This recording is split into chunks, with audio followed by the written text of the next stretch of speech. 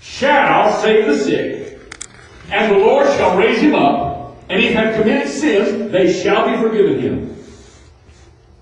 The devil says, who are you to pray a faith prayer? Well, God has given you and I scripture that shows that a part of our being, a part of who we are, is praying the prayer of faith. Amen. Seeing the sick get saved. Amen. Brother and sister, there's no sickness on this earth that's worse than the sickness of sin. And it's no coincidence that here God's Word blends together the idea of saving the sick and faith praying. Because I know and you know that if it wasn't for somebody's prayer of faith, none of us would be under the blood today. None of us would be saved. None of us would be filled with the Spirit. None of us would have a calling on our life. None of us would have this joy unspeakable and full of glory that we can come in and begin to worship and forget about what's going on later in the day. And forget about what, and just be with God and those that pray his faith. I'm telling you what, it said he'll not only save the sick, he'll raise him up. And you know, I got to looking back at how this wording is done in the original language. And it said, when it says raise him up, that raise is not a singular raise. It's not just raise up the person that's sick that's being prayed for. It's also plural. It means that it's not only going to raise up the one being prayed for, it's going to raise up the one that's doing the praying. God said, you pray the prayer of faith, I'll back you up. That's it. Amen. My authority, my control, my dominion, my power that I'm going to share with you through this covenant that we're under.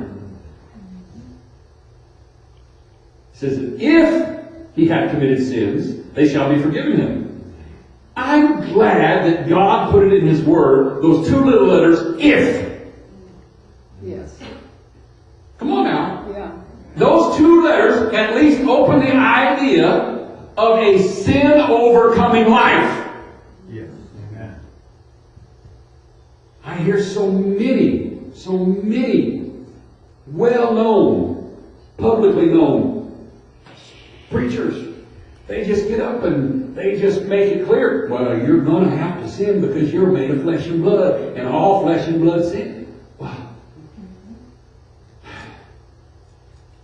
I believe that the power of God is enough that if I will yield to the Holy Spirit and I will listen to the Holy Spirit, that the Holy Spirit and faith can keep me from sinning. That's right. Amen. So when the devil says, who are you to pray the prayer of faith? I ask, or I say, that's just who you are. You're a faith prayer. Amen? Say that with me this morning. I'm a faith prayer. I'm a faith prayer. Yes. Amen. Now, back to the laying on of hands for the sick. And this will go right along with what Pastor was talking about. Mark 16:18. They shall take up serpents, and if they drink any deadly thing, it shall not hurt them. They shall lay hands on the sick, and they shall recover. Amen. Already. You know, deadly things become powerless when you know who you are. That's right. Amen. Amen. Hallelujah. You think we might get one of them to run in this morning, brother? I'm trying. Don't think it'll bother me one bit if you jump up and enjoy it. This is a Pentecostal church. Amen? Amen. And we have a reputation. Well, why not live up to it? Amen. You know, that laying on of hands is called a point of contact. Point of contact. And brothers and sisters, what's more important than contacting God and connecting with each other? Yes. Amen. I'm not near as afraid of the devil when I got 3 or 4 of my brothers and sisters around me. We kind of bolster one another up, don't we? Amen? Oh, hallelujah. And I like that last part. They shall recover. Come on. Yes. Amen. Say that. They shall recover. Amen. Come on now. It's a matter of faith. It's a matter of who we are. Amen. Hallelujah. Now let's go to Matthew 17:20.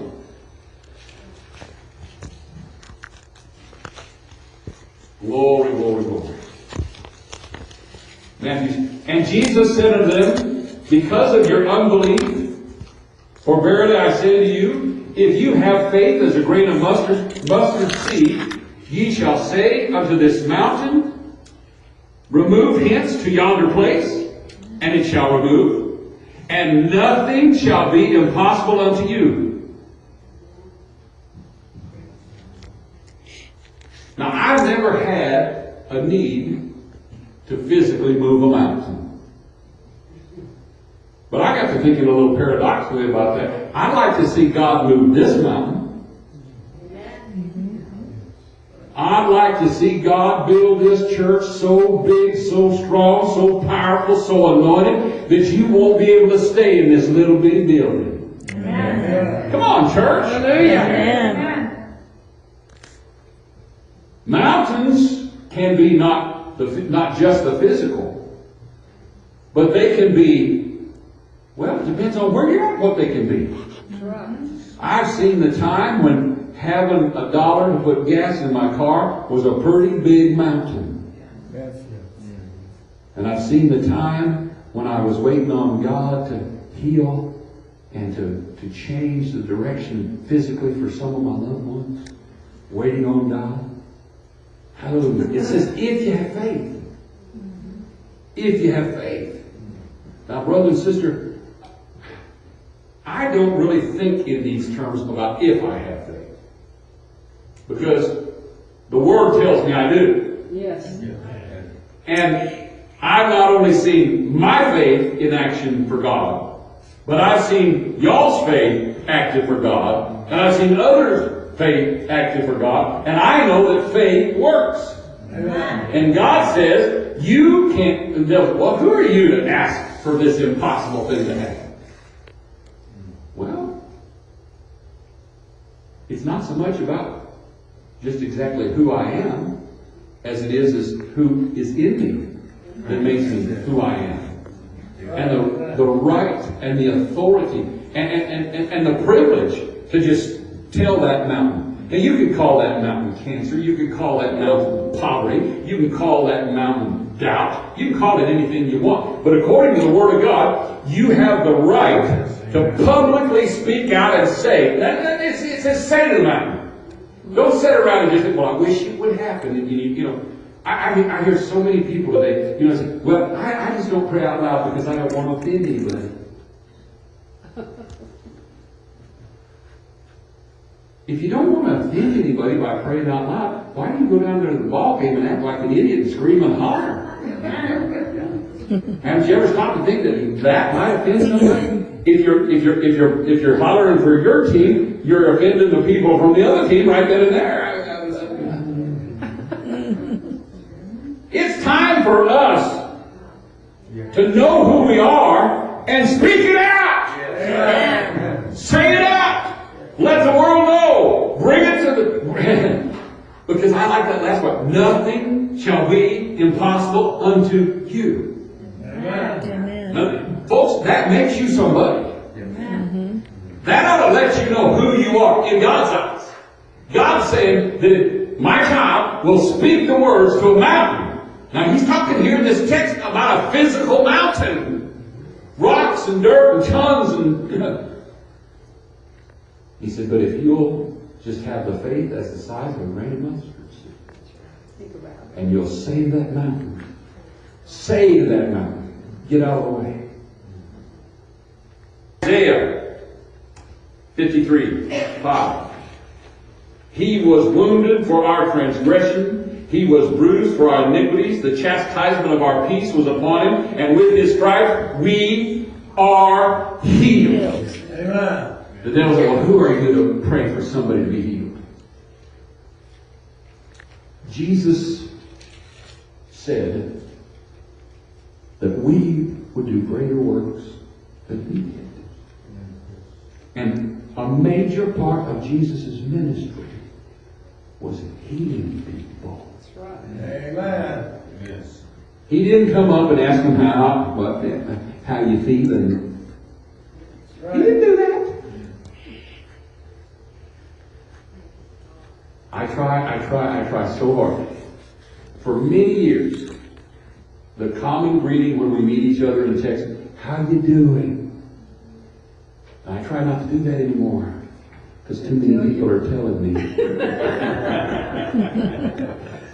Amen? You know what I'm saying?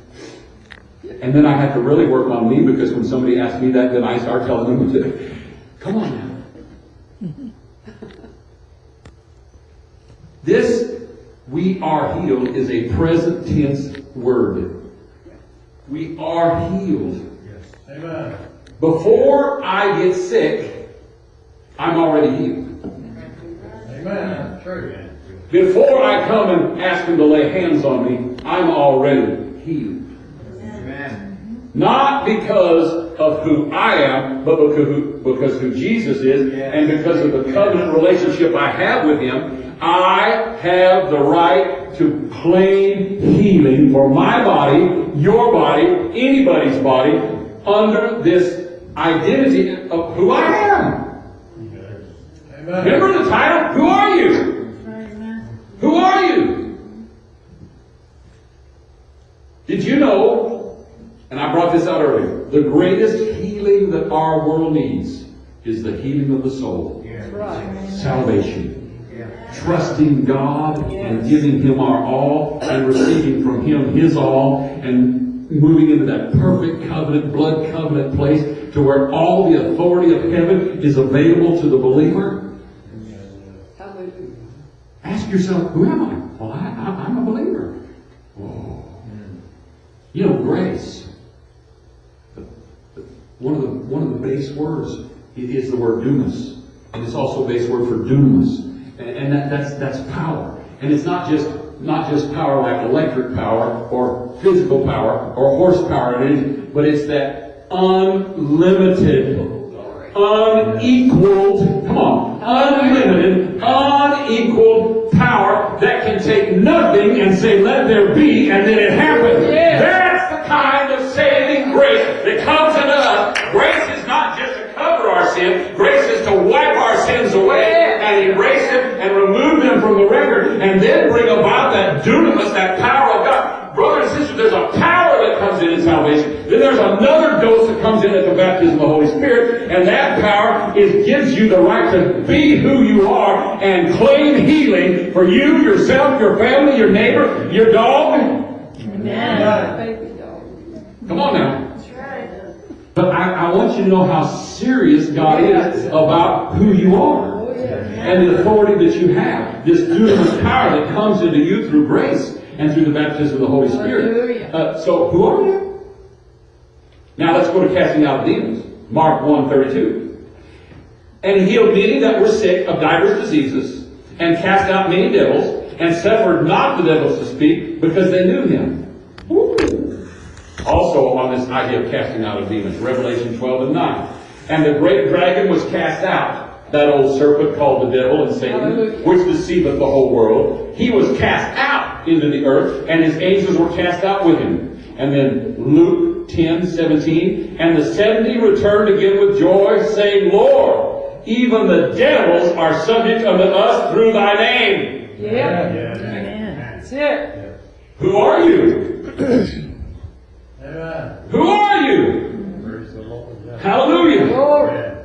Adversity with joy. John 14:27. God says, peace I leave with you. My peace I give you. Not as the world giveth, give I unto you. Let not your heart be troubled, neither let it be afraid.